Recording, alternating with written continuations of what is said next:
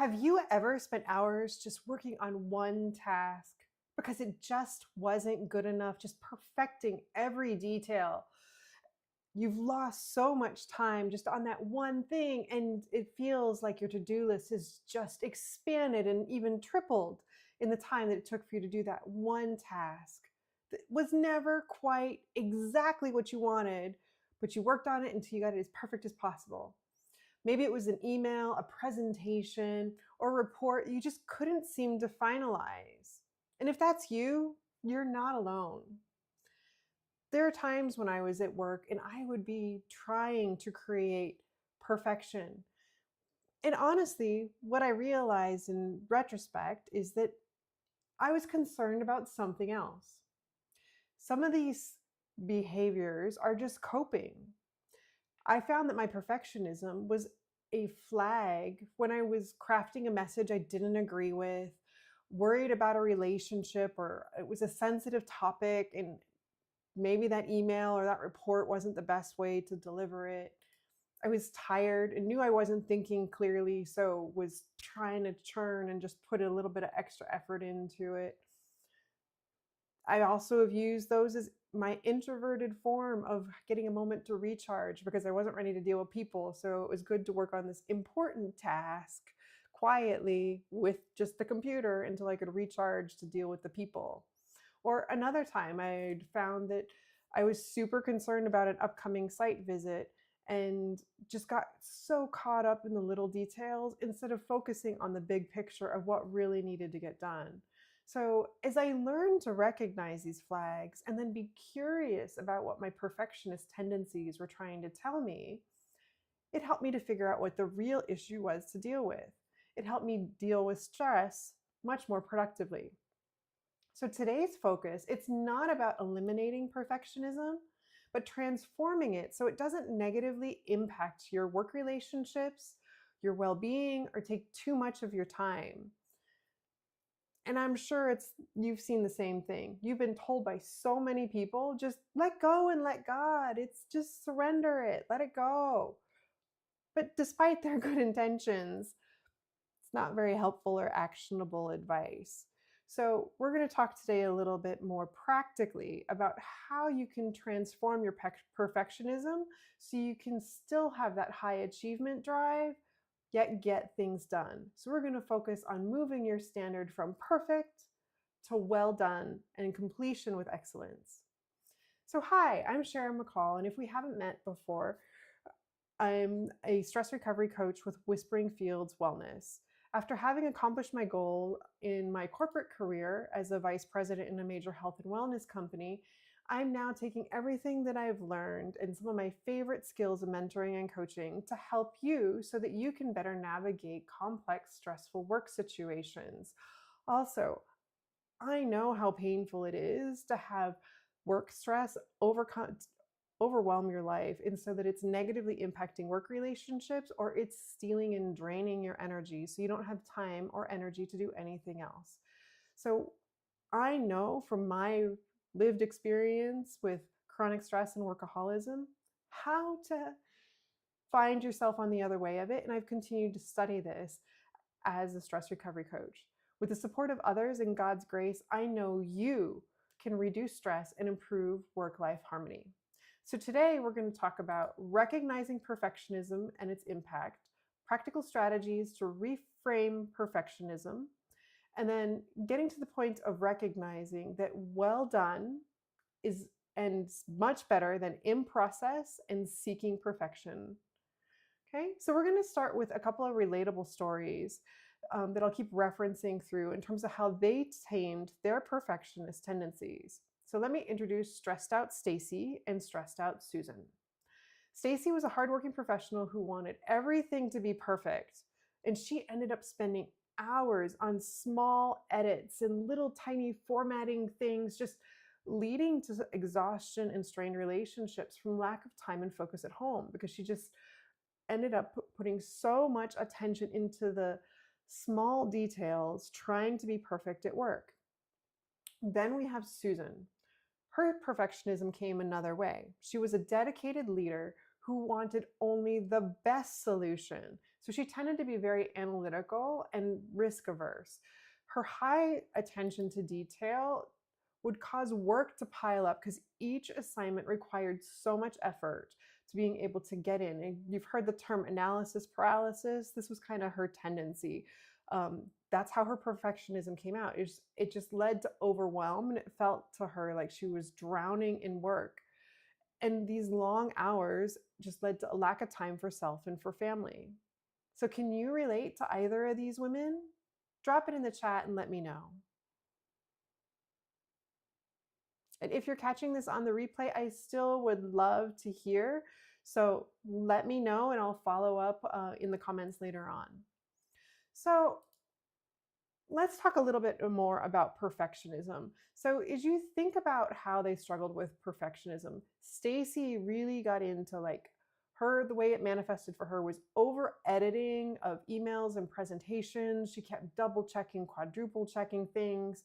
She was regularly seeking approval from others so that she could always give the best possible results and reports and information.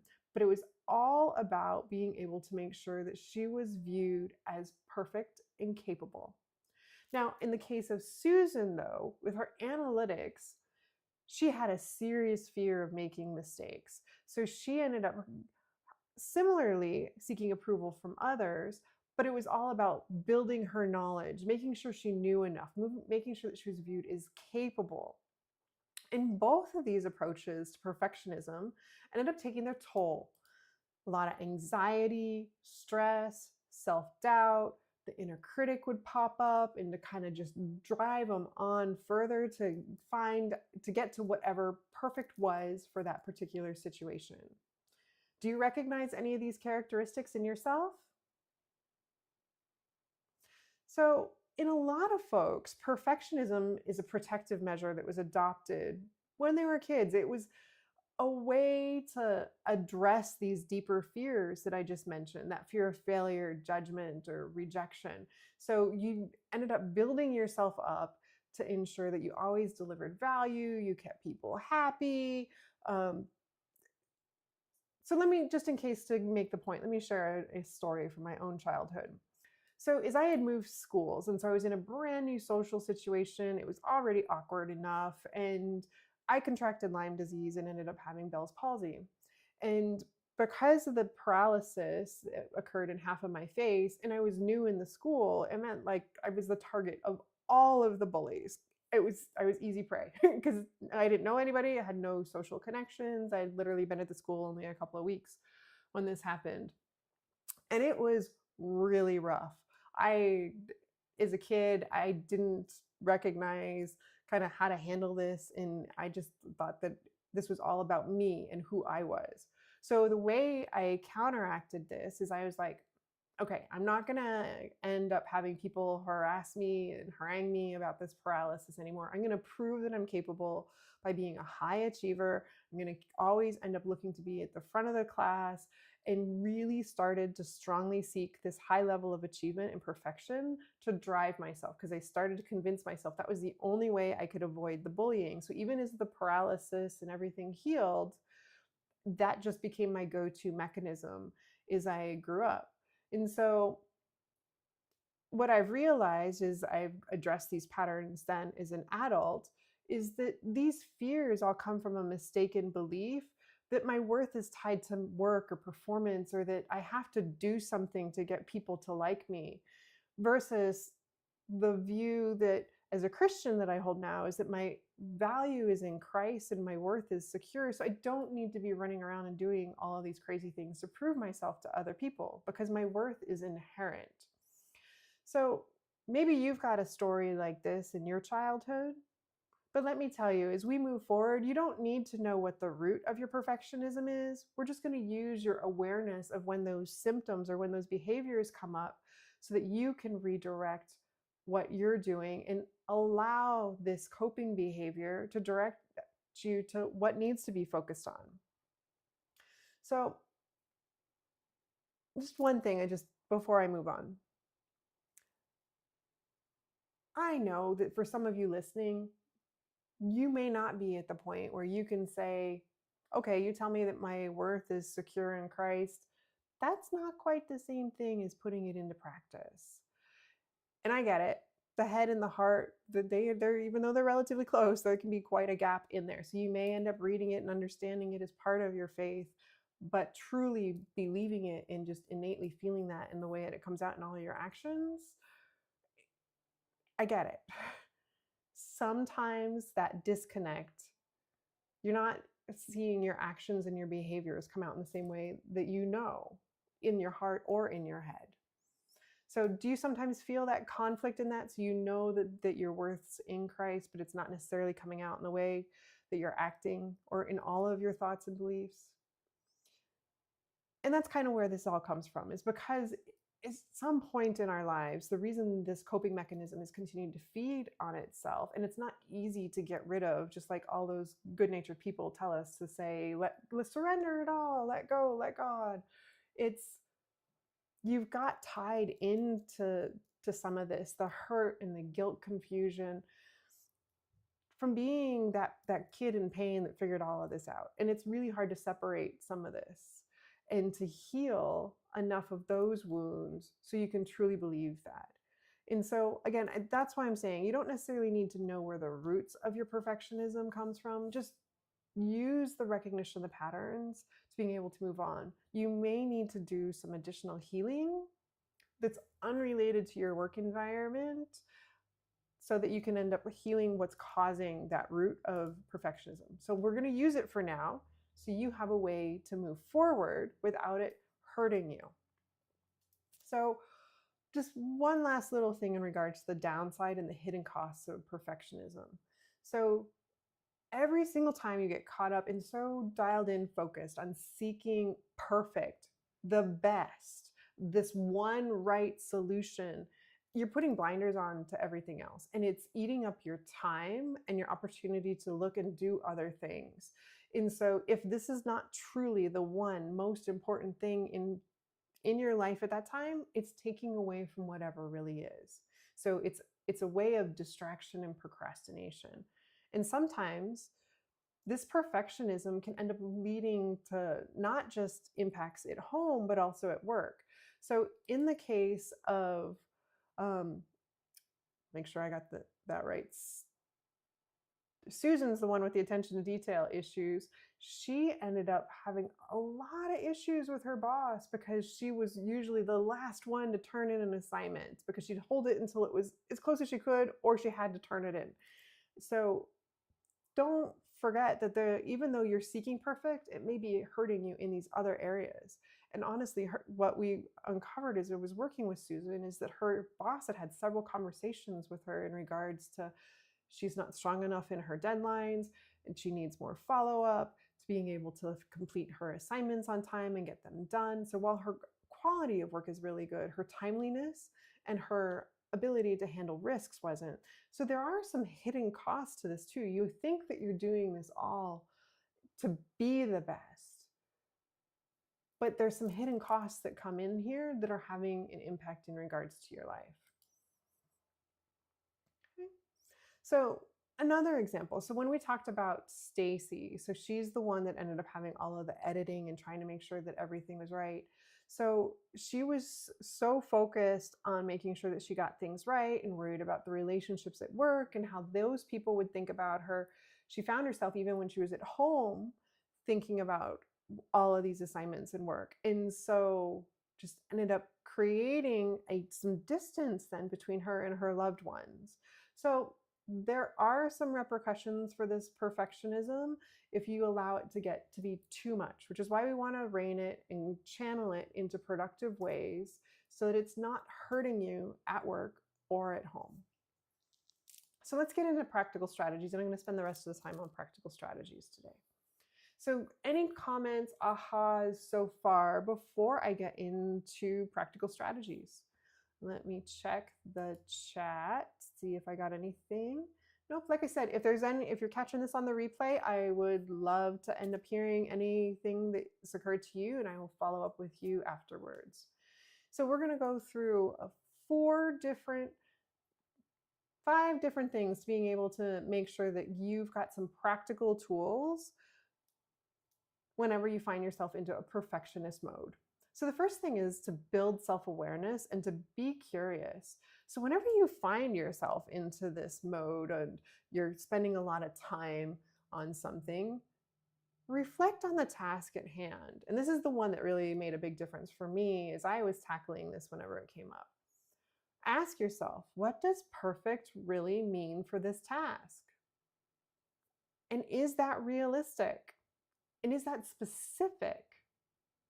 Because oftentimes it's just this like subjective, just like weird sense of what it is, what perfect means. You don't really have it dialed in terms of what is enough, what is done. So as you take a look and you ask yourself about what are your thoughts, what are your feelings about this task, you're going to be able to end up finding out what you really need to work on and how you can end up getting a defined endpoint where you feel that you've done a great job, that you've completed your work with excellence so that you can move on. And if you can, note what that fear is that's behind it. Is it that fear of failure or judgment, the fear of mistakes? So is there something else that's going on?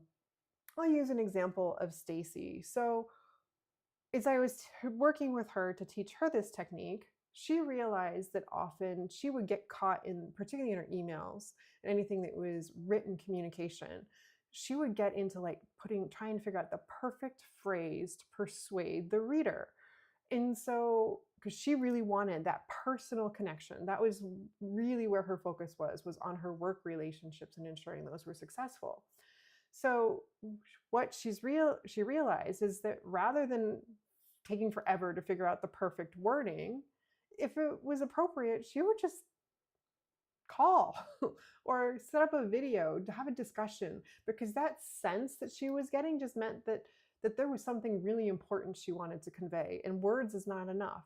As you think about face-to-face communication, only 7% of meaning is conveyed in the words. The rest is in tone and cadence and body language. And so because she's so people-oriented and relationship-focused, she needed that in a lot more than just the written communication. And honestly, it was a lot more efficient for her too, because she didn't second guess herself when she was having a conversation with someone. She could tell if she was aligned and there was a good understanding from the other party of what was being said.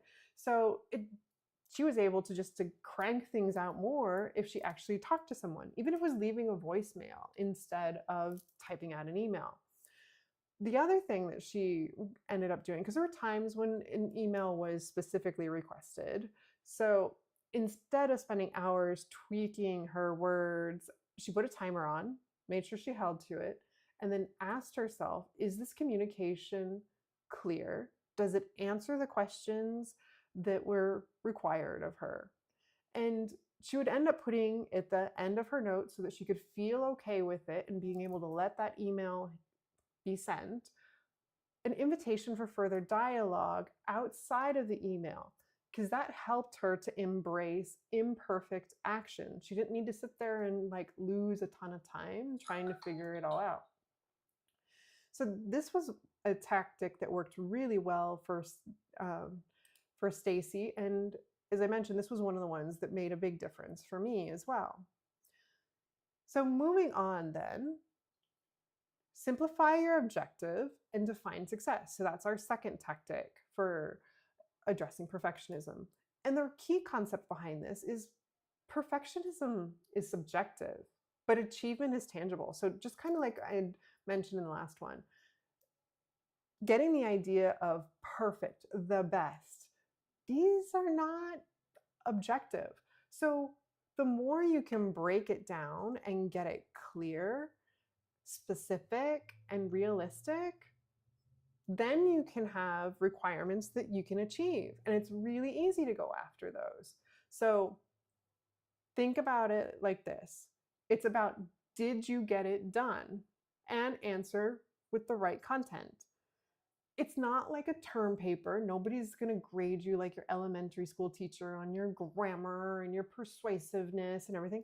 Did you meet the objective of the work assignment? So the more that you can break it down from that perspective, the less you're going to get hung up on what's perfect. Because you can then turn it into, okay, I need to answer question A, B, and provide an opinion on C and move this along. So, because and this is really one of the things that ended up making a big difference for Susan. She's the one that had the tendency to be over analytical. Her perfectionism would make things way more complicated than they needed to be. And it would make it harder and more time consuming than it needed to be, because she automatically thought that instead of just answering question A, she imagined and believed that there were questions on related space that were in there, but they weren't part of the topic and the focus of what she needed to. So she'd go off on these tangents. While useful, were not needed. So as she identified that she was kind of gold plating or going overboard, it helped her to being able to simplify and get really clear anytime she felt this urge come up on her, or she caught herself in a cycle of overanalysis. The other thing that she needed to work on that was recognizing that there's not a single best solution or decision. There is always a path of confident action.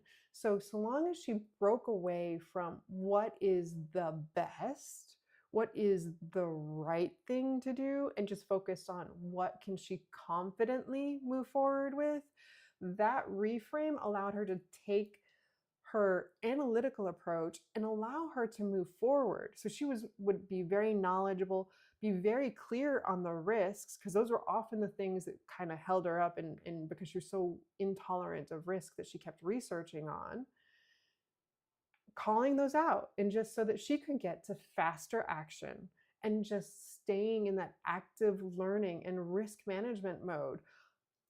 These were all things, honestly, her boss really wanted her to do. So this became very valued to the organization.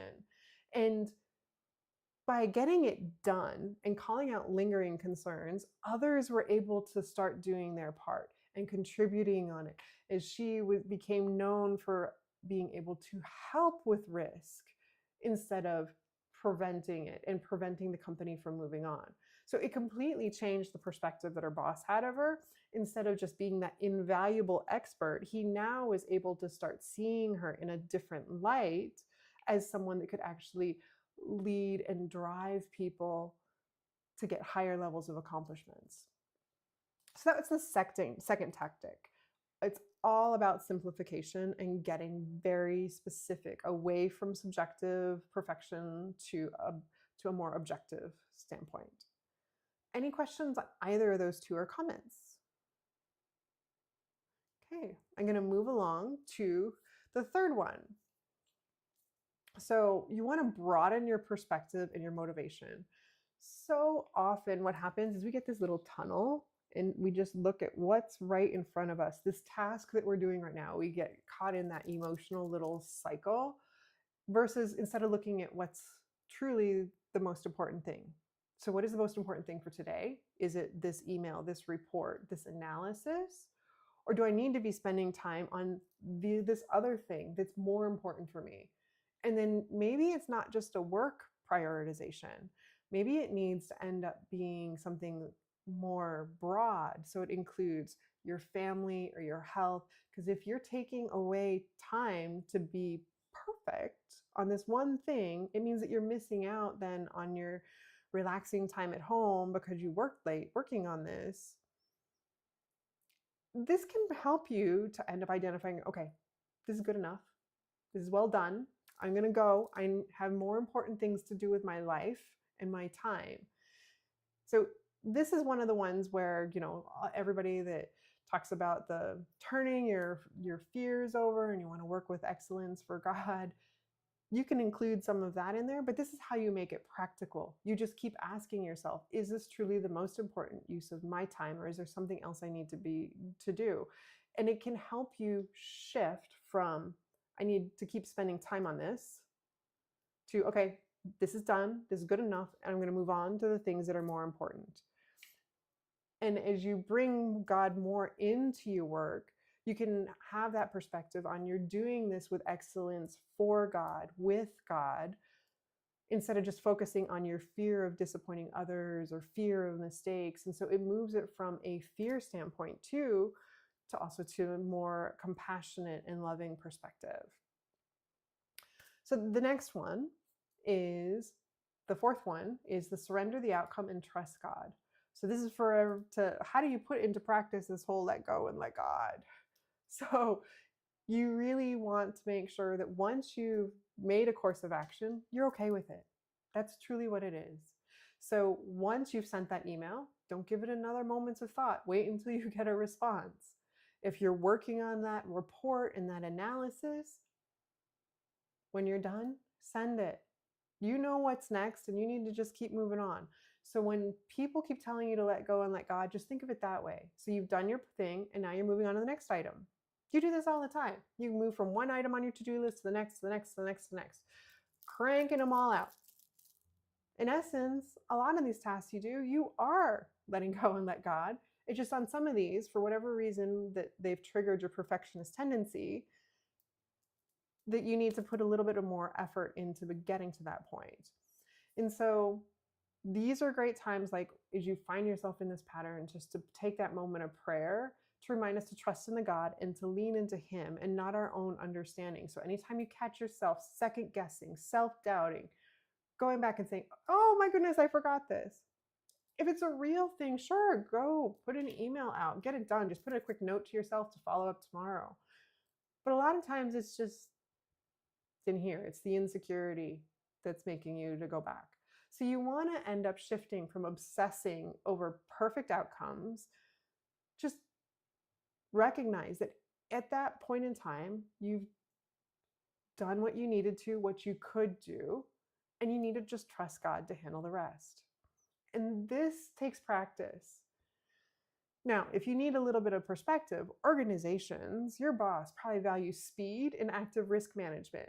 So if you can let it just say, okay, we're done. This is a decision. We're moving forward. When I get a new data point, I'm going to change direction and readjust. We're watching these risks to ensure that XYZ doesn't happen. And you're going to keep going. And if you see XYZ happen, you have a plan and you're going to tackle it. So whether you take it from what your boss and your other stakeholders are looking for, or from what God, your chief spiritual officer, is looking for, hopefully this helps you to understand how you can practically surrender the outcome. So the last one I wanted to talk about is just to make sure that you're focusing on process and progress. As you start thinking about productive action instead of being perfect, getting this to be the best, you're going to start being able to celebrate what you're doing a lot more. Every time you focus on, I got it done, I'm doing the process, I'm making progress, I've done this with excellence, I'm proud of what I've done. In this moment, I've done the best that I can with the information that was available to me. You're going to end up feeling that hold of perfectionism and how those negative impacts just start dropping away. It makes more room for feedback and growth, and you're viewing mistakes as learning opportunities. So now that we've gone over these practical steps, how do you feel about this practical guidance that teaches you how to address and to transform your perfectionism to the typical advice of let go and let God? I hope this has really helped you. So just to really quick summarize then what we did.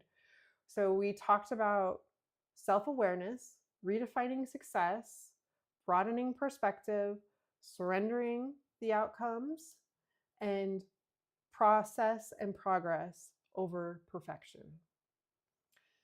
Through all of this, the more that you can incorporate your faith or just take those moments of prayer or meditation to calm yourself and to help you whenever you find into this, it will help you to release the hold, the perfectionism, and any of the negative consequences that has on you.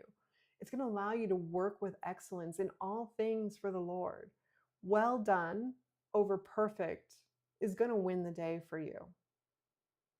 So, as you think about these suggestions and what's going on in your work life, what's one suggestion that you can put into application for the next week?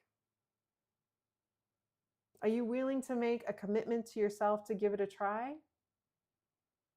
I'd love to hear how this impacts you. So let me know.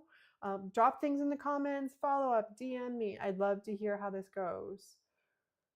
And if you're feeling up to it, I'd love to hear how this exercise has changed the way that you view perfectionism.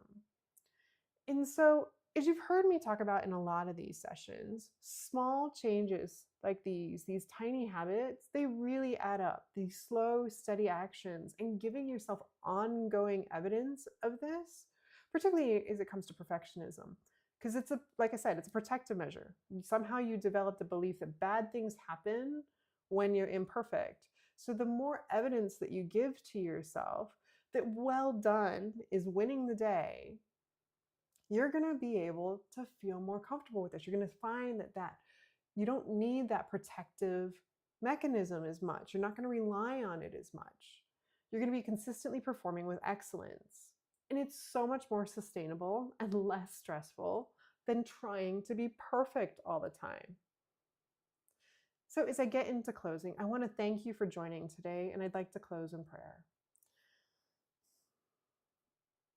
Lord, you know the hearts and minds of everyone that's on this call today. You know what is weighing heavy on us. Please help my friend here release the heavy burdens carried in their work and daily lives. Please give us the strength to set our fear, stress, and worries down. Help us overcome perfectionism and trust you with our work. Let us find peace and purpose in our work, trusting that we are already enough in Christ. Lead us to be healthy in body, renewed in mind, and strong in spirit. May we know your will and your love. In Jesus' name, amen. So next time I'm going to get into boosting your energy and restoring your focus so you can stop feeling run down at work. I pray that this topic and this guidance that I've covered today really help give you ideas on relieving stress and improving work-life balance. If you want a little bit of help with your solution, drop a comment and I can help you with some free resources. I actually just put together a new free offering, a work stress solution session. If you want some personalized guidance, this is a free call where we go through and talk about your specific situation to make sure that you have a solution to move forward. I think the link will end up being in the description or in the comments, depending on what platform that you're watching this on. Until next time, have a blessed day.